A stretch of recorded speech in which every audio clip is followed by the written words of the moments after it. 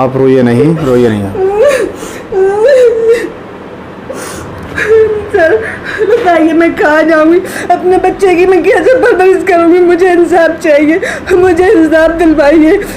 मेरा बच्चा कैसे इस दुनिया में अच्छी परवरिश करेगा? बेटी पढ़ाओ बेटी बचाओ ये तो सब कहते हैं, लेकिन जब बहू नहीं सही से रहेगी, जब स्वार नहीं रहेगा उसके साथ, तो माँ कैसे परवरिश करेगी, कैसे बेटी बचाएगी, कैसे बेटी पढ़ेगी आगे? कुछ भी कहें तो ये इल्ज़ाम लगाते हैं, उनसे बात मत कर, उनसे तेरा गलत अफेयर है, ये है वो अच्छा, है। आप पर ही आरोप लगा दे रहे हैं वो? हमारे ऊपर जो खुद गलत होता है ना इंसान, वो दूसरों को ही गलत कहता है। मेरे बारे में नहीं सोचते, अपने होने वाले बच्चे के बारे में सोचते कि मैं ये क्या कर रहा हूँ। मैंने कहा देखो, बाप के बगैर माँ अकेले परवरिश अच्छे से नहीं कर सकती अपने बच्चे की कभी भी।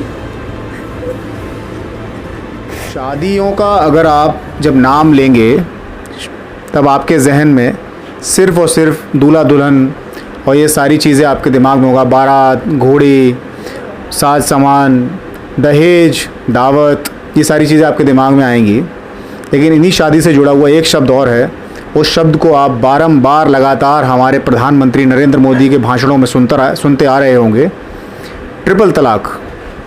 ट्रिपल तलाक का श्रेय, उसको ख़त्म करने का श्रेय मौजूदा सरकार बार बार अपने ऊपर ले रही है और ये कह रही है कि हमने मुस्लिम महिलाओं के लिए न्याय की एक उम्मीद जगा दी है, ट्रिपल तलाक हमने ख़त्म कर दिया है। लेकिन आपको ज़मीन की सच्चाइयाँ अभी पता नहीं है। ज़मीन पर ट्रिपल तलाक बंद नहीं हुआ है, बारंबार इस तरह के मामले सामने आ रहे हैं। हमारे पास भी मामला पिछले 2 दिनों से आ रहा था, थोड़ी सी व्यस्तता की वजह से हम लोग यहाँ नहीं आ पा रहे थे। आज हम यहाँ आए हैं, बैठे हैं। मामला लेबर कॉलोनी का है। लेबर कॉलोनी में 2018 में एक शादी होती है, उनके पति उन्हें सन 2022 में ट्रिपल तलाक दे रहे हैं, नशे की हालत में दे रहे हैं। कितना जायज़ है, कितना जायज़ नहीं है, ये सभी मुस्लिम धर्मगुरु तय करें। पूरी बातचीत जानेंगे इनसे, क्या मामला रहा, कैसे सब कुछ हुआ, एक एक बात बताएंगे। सबसे पहले तो नाम बताइए आप अपना। मेरा नाम नाज़मा। नाज़मा नाम है आपका जी। कब हुई थी शादी आपकी? 8 सितंबर 2018 को। 8 सितंबर, यानी कि देखिए अब आपकी एक तरह से एनिवर्सरी आने ही वाली है। इसी महीने में 8 तारीख को। आज जैसे 5 तारीख है ना? हाँ, जब तक ये वीडियो देखेंगे सब तो 6 हो चुकी होगी, कल आएगा वीडियो। तो यानी कि 2 दिन बाद आपकी एनिवर्सरी है। 2018 में शादी हुई थी। ये आपकी शादी के फ़ोटोज़ मैं अभी देख रहा था और कितना अजीब लग रहा है कि शादी के फ़ोटोज़ के साथ FIRs की कॉपी रखी हुई है और भी कुछ चीज़ें हैं जो अभी हम दिखाएंगे आपको। तो किस दिन रहा ये आपको 3 तलाक, किस दिन बोला? पति का नाम बताइए पहले तो। मोहम्मद ओसामा। मोहम्मद ओसामा नाम है उनका। कहाँ के हैं? नई बस्ती स्टेशन रोड, किशन पान वाली गली। किशन पान वाली गली के हैं। क्या मामला रहा था वो बताइए, किस तरह वो आए, क्यों उन्होंने ऐसा कर दिया? कुछ अगर हम उनका पक्ष जानने की कोशिश करेंगे या ये वीडियो उन तक भी पहुंचेगा तो वो एक अपना पक्ष भी बताएंगे, चाहे वो पक्ष जायज़ हो या ना जायज़ हो, लेकिन वो अपना ही बताएंगे। लेकिन आप पूरा विस्तार से खुल करके बताइए कि उस दिन हुआ क्या था। मुझे शादी के पहले दिन से ही दहेज के लिए परेशान किया गया था। कम दहेज बताकर। ये कौन कर रहा था? ये पूरा करते थे ससुराल वाले, सभी घर के सभी सदस्य कहते थे। मेरे सास ससुर मलका बेगम, मेरे ससुर तनवीर कुरैशी घोड़ी वाले, मेरे पति और मेरी नंदा शिबली वगैरह ये सब थी। लेकिन मैं बेटी क्या कहते थे, क्या लेके आओ, क्या कार की मांग करते थे, कार नहीं लेकर आई। कार के पैसे इन लोगों ने पहले ही ले लिए थे नगद में। और उस लोगों ने क्या क्या, आपके मम्मी पापा ने क्या क्या दिया था? हमारे मम्मी पापा ने सब चीज़ दी। हमारे पास सब चीज़ का सबूत है, फ़ोटो है शादी के, दहेज के, हर चीज़ है हमारे पास में। तो फिर अब ये ट्रिपल तलाक वाला जो दिन था वो किस दिन की बात है? ये क्या नाम है, 1 तारीख की बात है, रात के टाइम ये आए। इसी महीने की 1 तारीख? जी। अच्छा। इसी महीने की 1 तारीख को। तो ये रोज़ाना वैसे भी मारा पीटी करते रहते हैं, परेशान करते रहते हैं, धमकी देते थे रोज़ाना, तू चली जा छोड़ के मुझे, कभी यहाँ से घर से बाहर निकाल देना रात के 9-9 बजे। सर्दियों की रात में भी निकाला, अभी भी निकाला थोड़े दिन पहले। और क्या नाम है कि मैं दूसरी शादी करूँगा, तुझे नहीं रखूँगा। आए दिन मुझे धमकियाँ देते हैं और इनका अफेयर भी है किसी लड़की के साथ। वो मेरे पास फ़ोटो हुई हैं इनके फ़ोटो मैंने इनके मोबाइल से रिसीव करे हैं, इनकी चैट भी रिसीव करी है मैंने। तो ये आपको ये कब शक हुआ सबसे पहले कि इनका किसी और से अफेयर चल रहा है या किसी और से रिश्ता बना लिया है, ये कब पता चला मैंने आपको? इनके मोबाइल में से फ़ोटो देखे जब भी मुझे पता पड़ा। और क्या नाम है, ये 4-4 दिन मेरे पास नहीं आते, गायब रहते हैं। तो मैं पूछती हूँ कहाँ हो कहाँ नहीं हो, तो सही से नहीं बताते अपना पता कि मैं कहाँ पर हूँ, आ जाऊँ आ रिश्ता जाऊँ। करवाया किसने था ये आपका? रिश्ता मेरे बहनोई ने कराया था, मोहम्मद शरीफ ने। अच्छा जी। उनसे बात नहीं हुई आपकी? नहीं, उनसे कोई बात मुझे करने ही नहीं देते, उल्टा सीधे इल्ज़ाम लगा देते हैं। किसी से भी कोई भी हो, किसी किराए के मकान में तो जीजा जी हुए आपके जी शायद? जी। हाँ, तो उनसे बात आपने कोशिश नहीं की उनका नंबर वगैरह लीजिए, कहीं से बोलिए कि ये ऐसी हरकतें कर रहे हैं? उनसे कुछ भी कहें तो ये इल्ज़ाम लगाते हैं, उनसे बात मत कर, उनसे तेरा गलत अफेयर है, ये है वो अच्छा, है। आप पर ही आरोप लगा दे रहे हैं वो? हमारे ऊपर जो खुद गलत होता है ना इंसान, वो दूसरों को ही गलत कहता है। मेरे पास तो सबूत है, वो सबूत करें, इस चीज़ को साबित करके दिखाएं, कोई फ़ोटो दिखाएं। जिस तरीके से मैं साबित कर रही हूँ ऐसे ये साबित करके दिखाएं। अब ये बताइए, ट्रिपल तलाक ये उन्होंने किस दिन दिया आपको, किस दिन कहा बोला आपसे? तारीख को, पहली तारीख नाइट को, में। रात में। तो कैसे आए वो, किस तरह से, आपने क्या बात हुई वो थोड़ा सा बताइए।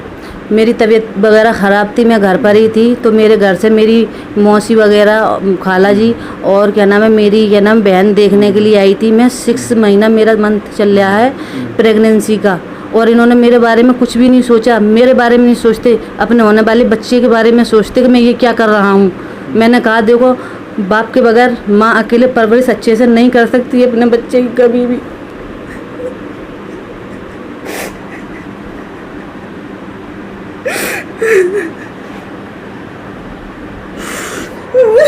आप रोइए नहीं, रोइए नहीं। सर बताइए मैं कहाँ जाऊँगी, अपने बच्चे की मैं कैसे परवरिश करूँगी? मुझे इंसाफ चाहिए, मुझे इंसाफ दिलवाइए। मेरा बच्चा कैसे इस दुनिया में अच्छी परवरिश करेगा? बेटी पढ़ाओ बेटी बचाओ ये तो सब कहते हैं, लेकिन जब बहू नहीं सही से रहेगी, जब सवार नहीं रहेगा उसके साथ, तो माँ कैसे परवरिश करेगी, कैसे बेटी बचाएगी, कैसे बेटी पढ़ेगी आगे? चलिए आप शांत हो जाइए, आप कुछ मत कहिए। वो सारा दहेज मेरा वहीं पर रखा हुआ है, कहती हूँ ले आओ तो ये कहते हैं हमारे घर पे नहीं है कुछ बरतने के लिए, मेरा सामान भी नहीं देते। सिर्फ 2-3 आइटम दिए, वो भी बहुत मुश्किलों से दिए, वो भी इन्होंने मुझे घर में आकर मारा है, जब वो बड़ी मुश्किलों से मिल पाए हैं। एक ये बेड मिला है, जो बात होगी मैं वही कहूँगी। एक ड्रेसिंग टेबल मिली है, और ड्रेसिंग टेबल और एक अलमारी जो आप अंदर देख सकते हैं खड़ी हुई। बाकी सारा सामान कुछ हमने लिया, कुछ हमारी माँ ने दिया, ऐसे करके कुछ मोहल्ले वालों ने दिया हमें। इस तरीके से मैंने दोबारा से अपनी घर गृहस्थी दोबारा जो चालू करी। FIR होने में भी बहुत मुसीबत हुई। इतनी परेशान हुई प्रेगनेंसी में, प्यासी भूखी प्यासी मारी फिर रही हूँ, बैठा नहीं जा रहा, घंटों के हिसाब से बैठी हूँ, इंतजार कर रही हूँ। इंस्पेक्टर साहब थाने में से फ़ोन कर रहे हैं आ जाओ, उनको भी पागल बना रखा। 2-3 दिन तक आ जा रहे हैं, कल आ रहे हैं। फिर FIR कब हुई है आपकी? FIR मेरी कल लिखी गई है। अभी कोई रेस्पॉन्स नहीं आया वहाँ से कुछ भी? नहीं, अभी कोई रेस्पॉन्स नहीं आया, विवेचना होगी ये कहा उन्होंने। अब आप शासन ने मेरी बहुत हेल्प करी, उन्होंने यही चाहा कि इस बेटी का घर बन जाए, ये प्रेगनेंसी में क्या करेगी, कहाँ मारी पड़ेगी, मगर उन लोगों ने कोई रेस्पॉन्स नहीं दिया। फिर शाम के टाइम जब मैं आ गई थी, जब क्या नाम है मेरे ससुर और नासिर भाई आए वहाँ पर, और मेरे बारे में कह के गए मेरे ससुर को रहना नहीं चाहती। बताइए सर, अगर मैं रहना नहीं चाहूँगी तो मैं कहाँ जाऊँगी? फिर मैं बच्चे क्यों करती अगर मैं रहना नहीं चाहती तो? चलिए अब आप हिम्मत रखिए, थोड़ा बैठिए आराम से और परेशान ना होइए बिल्कुल। छोटा नेताजी से बात हुई इंस्पेक्टर साहब की, तो उन्होंने कहा ये भाग कर आएगी, इसकी शादी नहीं हुई है। अगर मेरी शादी नहीं हुई है, इतने सारे मेरे पास सबूत हैं, आप देख सकते हैं मौजूदा हालत में। उनसे बात हुई थी आपकी? नहीं, इंस्पेक्टर साहब से ही उन्होंने कहा आप तो कह रही हो आपकी शादी हुई है, और छोटा नेताजी बता रहे हैं कि ये भाग कर आई है। ये बात आपको कैसे पता चली कि छोटा नेताजी ने कहा ऐसा? मुझसे इंस्पेक्टर साहब ने पूछा था, मैंने उनसे कहा था सर मेरी मुस्लिम शरीयत के हिसाब से शादी हुई है, तो उन्होंने कहा आप मैं पूछ लेता हूँ। अवेलेबल यहाँ पर जी सारे आपके पास निकाहनामा भी होगा पूरा, है ना? हाँ, निकाहनामा भी है, ये जो है ये निकाहनामा है, और धोखे से निकाहनामा घर पे चला गया, मैं साबित कर दूंगी निकाहनामे को, और मेरे मोबाइल में भी फ़ोटो खिंचा हुआ है निकाहनामे का, और ये सारे फ़ोटो और मेरे पति के खुद नाजायज़ संबंध है दूसरी लड़कियों के साथ। ये देखिए आप, ये देखिए आप, ये देखिए आप, इससे निकाह करेंगे। चलिए अब आप बैठिए, हम अपनी बात कर लेते हैं ज़रा। कभी कभी शब्द नहीं होते हैं कहने के लिए। कुछ इस तरह के मामले सामने आ जाते हैं, मामला बहुत जज्बाती हो जाता है। हम लोगों के लिए भी बहुत ज़्यादा जहन इतना कमज़ोर हो जाता है कि समझ में नहीं आता कि आखिर हमारे हाथ में अगर सत्ता और ताकत हो तो मिनटों में इन चीज़ों का हिसाब कर दिया जाए। और सर मेरी थोड़ी सी बात और है। जी जी जी। इस सब में शामिल मेरा भाई, रियल मेरा भाई रिजवान कुरैशी, मेरी भाभी यास्मीन बेगम और मेरा ताऊ का बेटा इकराम कुरैशी, ये सब इन लोगों के साथ शामिल हैं। एक दूसरे से टच में रहते हैं फ़ोन पर। अच्छा, चलिए।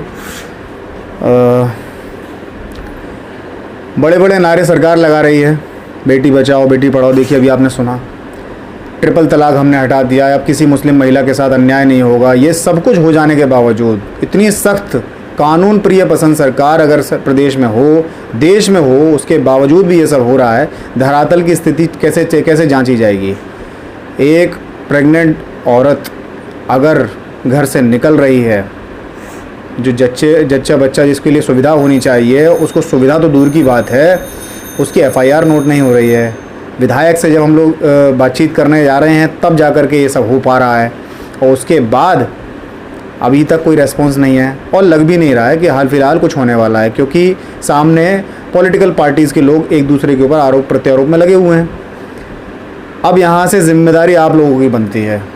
अगर सत्ता, कानून, शासन, प्रशासन अगर ये अपना काम नहीं कर रहे हैं ठीक तरह से, एक औरत को, एक प्रेग्नेंट औरत को अगर ये लोग इंसाफ नहीं दिला सकते, वो अपने लिए खुद न्याय मांग रही हैं, जगह जगह जा रही हैं, आपने खुद देख लिया होगा तस्वीरों में। अब यहाँ से काम आप लोगों का शुरू है। मैं हमेशा आप लोगों से कहता हूँ कि जो ज़मीन से जुड़े हुए मुद्दे हैं उनको उठाया करिए, और आप दूसरे टॉपिक्स को अगर आगे नहीं बढ़ा सकते कोई दिक्कत नहीं, लेकिन ऐसे मामलों को ज़्यादा से ज़्यादा, मैं बहुत ज़ोर दे के कह रहा हूँ, ज़्यादा से ज़्यादा आगे बढ़ाइए, सरकार के प्रतिनिधियों तक पहुँचाइए। ADG को मेंशन करिए, टैग करिए, DGP को टैग करिए, मेंशन करिए, दिखाइए कि देखिए एक शहर के एक थाने में इतनी देर हो रही है, ऐसे लोग हैं जो ट्रिपल तलाक बिल्कुल पूरी तरह से समाप्त हो जाने के बावजूद अभी तक ट्रिपल तलाक का इस्तेमाल कर रहे हैं, नशे की हालत में कर रहे हैं। कितना जायज़ है कितना नहीं जायज़ है धर्मगुरु तय करेंगे, लेकिन सरकार ने जब कोई कानून बना दिया और उस कानून का इम्प्लीमेंटेशन हो गया है कि वो कानून अब कभी माना नहीं जाएगा ट्रिपल तलाक, तो वहाँ पर क्या स्थिति पैदा होगी आप खुद तय करिए। तो जिम्मेदारी अब आप लोगों के ऊपर है। वीडियो जितना आगे पहुंचा पाएंगे इनको इंसाफ उतना ही जल्दी मिल जाएगा, और अगर आपने वीडियो देख के छोड़ दिया और ज़्यादा आगे नहीं बढ़ाया तो देरी इन्हीं के लिए होगी। आपका एक उंगली के टिप का एक शेयर इनकी लाइफ बना सकता है, इनका घर दोबारा से सेट कर सकता है, इनकी गृहस्थी फिर से पहले की तरह सुचारू रूप से चल सकती है। दिल से हम लोग चाह रहे हैं कि आप इनकी मदद कर दीजिए, क्योंकि अब एक ही सहारा रह गया है, सोशल मीडिया, और कोई सहारा नहीं है। मीडिया इन खबरों को 100 में दिखा के छोड़ देगा, उनके लिए ज़्यादा इंपॉर्टेंट नहीं है, वहाँ TRP का खेल चल रहा है। शासन प्रशासन को इसीलिए इंपॉर्टेंस नहीं है क्योंकि शासन प्रशासन के पास कार्य करने के लिए बहुत कुछ है, हालांकि ये भी बहुत ही ज़रूरी मुद्दा है, लेकिन वो लोग हर मुद्दे को तभी इंपॉर्टेंस देते हैं जब उसमें बड़े बड़े राजनेता इन्वॉल्व होते हैं।